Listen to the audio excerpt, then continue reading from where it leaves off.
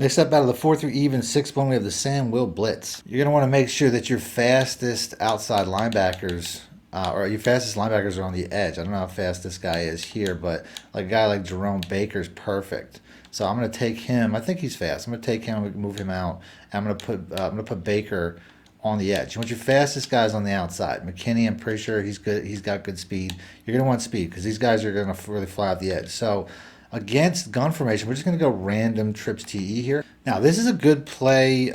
It's meant to be used in a scheme with the cover 4 quarters, but it's a good blitz. Now, all we really have to do, a lot of times I like to base the line and press, and then I like to pinch the defensive line, slant them out, and then typically I like to take the guy that's either covering the running back and user down in the box, or I could leave him back depending on the formation, and I could user this guy here and drop back. There's a couple ways you can do this. You can also bring this guy in close and user him, but since we have a strong side, which could be a run, I'd probably say leaving him out is probably best. But these are your options. A lot of times the defensive end is best opposite the running back. Like if it's a pass play, or if I think it's a pass play, like in a run formation like this, is probably best just to user the guy on the running back. If I'm expecting a run, this would be the best move. So right here, this is a run formation. I would just leave it like this. We're going to fill all the gaps. You're going to see we're not really going to leave a lot of space for running. So run formations, this is definitely the best way to do it. So all I'm going to do here, now that I have a shotgun look, which is typically what I run this against, I'm going to pinch my defensive line once again, slant him outside,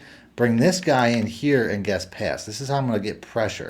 Now I also want to make sure that I blitz all linebackers, because this guy here, I just want him to basically reinforce the blitz. I don't really need him to get in free, but the pressure is going to come so fast that that's really not going to be an issue. I'm also going to make sure that I want to walk this guy down a little bit, walk these guys down to their targets. They'll be fine in coverage. I just don't want them getting beat before the man coverage meets them, because they're going to have to throw quick throws, and walking them down like that to me helps. Then I'm going to, like I said, bring this guy in, hover the right tackle, just bring him as close to the defensive end as possible, guess pass, and all I'm really going to do once the play starts is drop back to the cover middle. Now, if the running back goes out in pound, I have to follow him. That's my assignment. But if he stays in the block, I just drop back in the middle. So let's go and let's do that. Let's go and let's stay. Like I said, right there, it looks like that might have been a screen. I think it was a tight end screen. I don't know if we're going to, let's get a play that the quarterback drops back a little.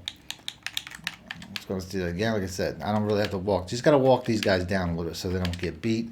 Bring this guy in and guess pass. It's a pretty quick setup, pretty easy. If you can't walk those guys down, it's not the end of the world.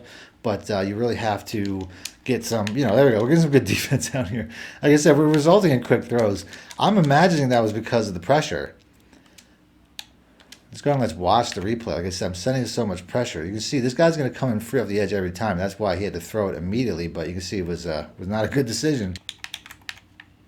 So this is the basic setup. Moving that safety down would be important to me, because that's probably a way to get a lot of opportunity sometimes. You can see right there, we finally get that sack because he actually held the ball for more than a second.